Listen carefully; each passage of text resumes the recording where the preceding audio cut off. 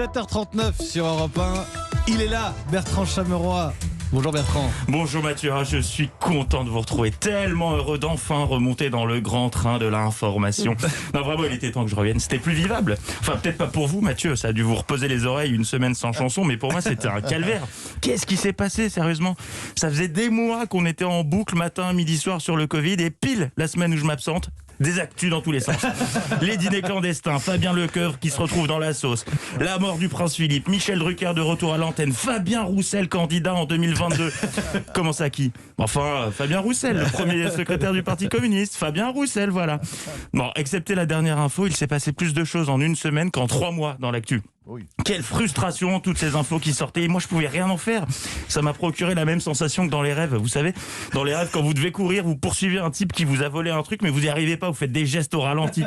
Cette semaine, l'actu, c'était ce voleur, et moi, j'étais le débile qui courait. Attendez-moi.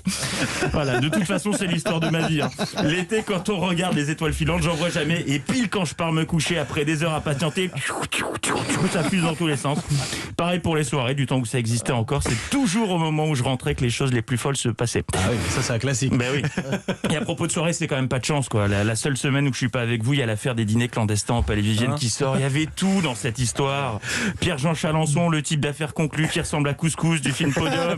Le mauvais sosie de Polnareff accusé d'organiser des dîners clandestins à 220 € auxquels auraient participé toujours, selon Couscous, des membres du gouvernement. Quand j'ai reçu l'alerte info, je bouillonnais, quoi. Cette histoire, c'était une mine d'or, niveau van, avec des rebondissements toutes les 10 minutes. C'était un multiplex de l'improbable. Et pour sa défense, le chef a expliqué, on l'a entendu tout à l'heure dans le journal, que juridiquement, ce n'est pas un restaurant. Gastronomiquement non plus. Niveau plat, on est à mi-chemin entre le top 5 des ratés de Marmiton et des restes de la fête des voisins, c'est vrai. Et histoire de m'achever, la cerise sur le gâteau, le petit topping, Alain Duhamel et Brice Hortefeux soupçonnés d'avoir déjeuné ensemble dans un resto clandestin tenu par le même chef, Christophe Leroy, et je pouvais rien en faire. Alors Alain Duhamel estime avoir eu le sentiment, je le cite, d'être piégé. Tu m'étonnes, 220 boules pour des gnocchis à poêler et un kiri, on est au-delà du piège, ouais. Non mais franchement quoi, Brice Hortefeux, le nom de Brice Hortefeux est revenu dans l'actu la semaine où j'étais pas en studio, sérieux, ça m'a rappelé tellement de souvenirs ce nom.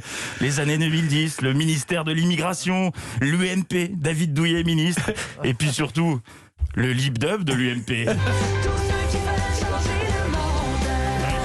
C'est gratuit ça. Donc si vous me demandiez comment s'est passée ma semaine, en gros c'était ça, frustré de ne pas pouvoir exploiter les infos qui sortaient, avec en prime cette chanson dans la tête.